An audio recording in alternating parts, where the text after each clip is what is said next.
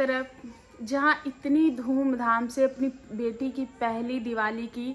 तैयारियां चल रही थी, इतना सब कुछ तैयारियां चल रही थी, दिवाली की साफ़ सफाई, बेटी का फ़ोटो शूट करना है, घर को सजाना है, ये करना है, वो करना है, और इतना एक्साइटमेंट, इतना मतलब खुद की हेल्थ ठीक ना होते हुए भी उन्होंने सब कुछ करने का सोचा, सब कुछ किया भी। और जो न्यूज़ कल हमें देखने को मिली, सुनने को मिली,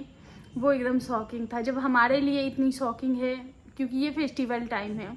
फेस्टिवल टाइम में ऐसा कुछ भी होता है तो इंसान जो है वो अंदर से टूट जाता है। कोई भी अगर ये चीज़ें जानता है तो उसे बिल्कुल भी अच्छा नहीं लगता है। तो जी हाँ, मैं बात कर रही हूँ सरिता जेठूधर की। तो सरिता जी के जो पापा जी थे वो अब इस दुनिया में नहीं रहे। हम सभी को पता है कि पिछले 15-20 दिनों से वो सरिता जी जो हैं वो बता रही थी कि उनके पापा की जो हेल्थ है वो ख़राब है, उनका कोई ऑपरेशन वगैरह हुआ है। और 2-3 बार वो लाइव भी आई थी, उसमें भी अपने पापा के लिए जिक्र किया था।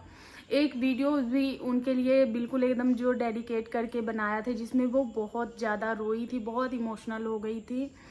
और शायद सरिता जी के जो पेरेंट्स और सरिता जी के बीच का जो रिलेशन था, क्योंकि कई बार ज़रूरी नहीं होता कि हर चीज़ सोशल मीडिया पे ही आए। कुछ चीज़ें ऐसी थी जो कि शायद इनके मायके और इनके बीच थोड़ी सी खिटपिट हो गई थी, जिसका जिक्र सरिता जी ने उस वीडियो में भी किया। अपने पापा को बार बार सॉरी बोला। वहाँ पे हमने भी कमेंट किया था। इनफैक्ट मैं उनके लिए वीडियोस भी बनाने वाली थी, पर ये फेस्टिवल टाइम हो, फेस्टिवल टाइम में बिल्कुल भी टाइम नहीं मिलता। और मैंने सोचा भी नहीं था कि रिएक्शन देते टाइम कभी ऐसा भी एक वक्त आएगा कि हमें इस टाइप के जो रिएक्शन है वो भी देने पड़ेंगे। क्योंकि रिएक्शन ज़्यादातर जो चीज़ें होती हैं वो कंट्रोवर्सी के ऊपर होती है। लेकिन हाँ, हम अगर किसी व्लॉगर या किसी क्रिएटर के ऊपर रिएक्शन देते हैं, तो जब हम उनकी कंट्रोवर्सी में रिएक्शन देते हैं तो उनके दुख में भी साथ रहना हम बनता है, उनकी जो खुशियाँ हैं उसमें भी साथ रहनी बनती है। लेकिन जो चीज़ें सामने आई इन दिनों, बहुत बहुत क्या ही बोलूँ, हमारी एक क्रिएटर ही है, हमारी एक रिएक्शन चैनल वाली बहन है, उनके भी पापा शायद नवरात्रि के नवमी वाले दिन, आप लोग जानते होंगे, उनको 100% इंटरटेनमेंट करके उनका चैनल था, जिस पे उन्होंने नाम चेंज करके काजल, रिएक्शन बाय काजल किया हुआ है। हाल फिलहाल उनके पापा इस दुनिया से चले गए हैं, वो काफ़ी ज़्यादा टूट गई थी। और इस वक्त सरिता जी, मैं खुद भी इस चीज़ को फील कर सकती हूँ, समझ सकती हूँ, क्योंकि मेरी भी मम्मी इस दुनिया में नहीं है। और एक और रिएक्शन चैनल है रीतिमा राज करके, वो भी बता रही कि जून या जुलाई में शायद उनके भी पिता जो है वो इस दुनिया से चले गए हैं। और ये सारे जितने भी पिता हैं उन सब का एज बिल्कुल भी नहीं है, उतने एज के नहीं है। सरिता जी के पिता को जब मैंने देखा, उनकी जो फ़ोटो देखी, तो बहुत ही अंदर से दुख हुआ। शायद उनके पिता का जो डेथ हुआ है वो कल हुआ है, क्योंकि जेठू जी ने कल ही एक कम्युनिटी पोस्ट लगाई जिसमें बताया है कि उनके पिता जो हैं वो अब इस दुनिया में, उनके ससुर जी नहीं रहे हैं। मैं समझ सकती हूँ सरिता जी की जो इस वक्त हालात हैं होंगे वो किस तरीके से होंगे, और ख़ास करके तब आपके लिए ये चीज़ें और ज़्यादा कठिन हो जाती है कि इससे पहले आपकी चीज़ें जो हैं वो बिगड़ गई थी। और ये तो अच्छी बात है कि जब सरिता जी और इनके फैमिली में ये चीज़ें पता चली कि इनके पापा का कुछ प्रॉब्लम है, हेल्थ इश्यूज़ है, और इन लोगों के बीच की जो आपस की जो भी चीज़ें थी वो सब सही हो गई, इनका परिवार जो है वो इकट्ठा हो गया। और खुशी भी, अभी मैंने इनके 2 दिन पहले पुराने वीडियोस देखे, जिसमें धनतेरस वाले दिन का वीडियो देखा, छोटी दिवाली वाले दिन का वीडियो देखा, तो उसमें धनतेरस वाले वीडियोस में खुशी भी यहीं पे दिखी, नोखा में ही। और धनतेरस वाले जो व्लॉग्स थे उसमें जेठू जी ये बता रहे हैं थे कि, तो सरिता जी के जो पापा थे उनका जो इलाज चल रहा था वो चल रहा था जयपुर से, और जेठू जी धनतेरस वाले दिन जयपुर गए थे, क्योंकि उन्होंने बोला कि जो वो डॉक्टर साहब का कॉल है, क्योंकि धनतेरस के बाद डॉक्टर साहब भी चले जाएंगे छुट्टियों पे, तो पापा जी को एक बार दिखा लाते हैं। और उनको भी शायद फीवर था, तो और वो उनको भूख नहीं लग रही थी, तो इसलिए उन्होंने बोला कुछ टॉनिक वॉनिक दे देंगे, कुछ ताकत की दवा दे देंगे। तो उन्होंने बोला नहीं नहीं, पहले आप एक बार ले आओ तो हम चेक कर लेंगे। जेठू जी ने हिंट तो दिया था कि बहुत ही कठिन समय है, परिस्थितियाँ काफ़ी ज़्यादा कठिन है, लेकिन देखो आप अगर फैमिली के साथ रहते हो, आपके लिए, आपकी बेटी के लिए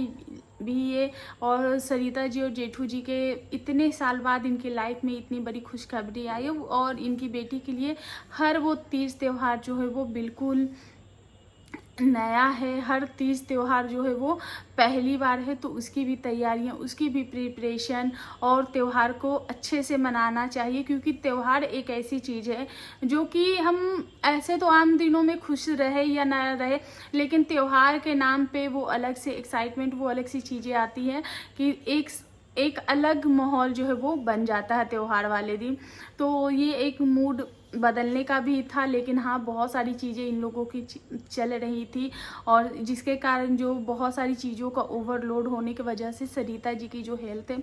वो भी डाउन हो गई थी। उनको फीवर भी आया था, उनको वीकनेस वगैरह भी हो गई थी, जिसकी वजह से उन्होंने बोला भी था कि मुझे बहुत जल्दी जो है वो नज़र लग जाती है। उनको प्रमोशन, कोलैबोरेशन, ये सारी वीडियोज़ भी करनी होती हैं। तो जेठू जी ने बताया, क्योंकि खुशी जो थी वो नोखा में ही थी, तो खुशी, मम्मी जी, पापा जी और उनके एक जो उनके साथ काम करते हैं,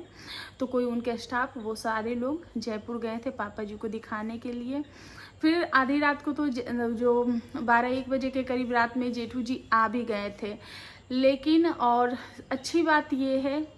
कि इन लोगों की दिवाली जो है वो सेलिब्रेट हो गई थी, और ये जो समाचार आया है, ये जो चीज़ें हुई है, मेरे ख्याल से ये कल हुई, क्योंकि जेठू जी का जो पोस्ट आया था वो कल ही आया था। देखो 1-2 दिन त्योहार वाले दिन अगर ऐसी चीज़ें होती तब तो सदा के लिए त्योहार ख़राब हो जाता है, और वो इतनी कड़वी यादें होती हैं कि ज़िंदगी में उस याद को आप भूल ही नहीं सकते हो। लेकिन त्योहार के 1-2 दिन आगे पीछे भी अगर चीज़ें होती है तो वो भी आपके लिए बहुत ही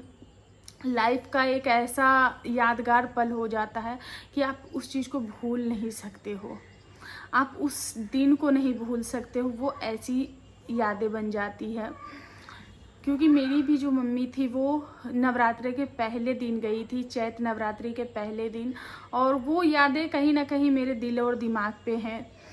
चाह के भी हम नहीं भूल सकते हैं। हमारी मेरी सासू माँ है, वो 26 जनवरी वाले दिन गई, इस दुनिया से गई थी। तो ये जो 1-2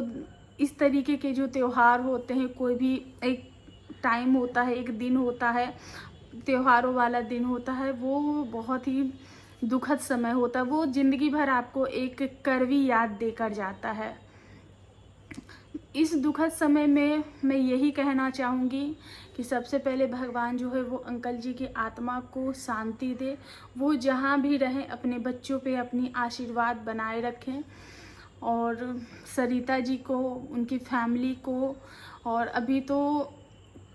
खुशी है जिसकी अभी शादी भी नहीं हुई है, आंटी जी को ये सारे दुख उनके परिवार को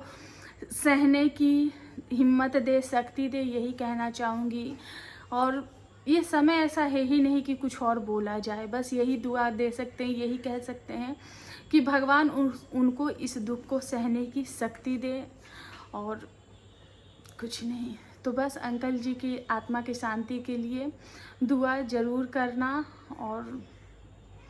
बस यहीं तक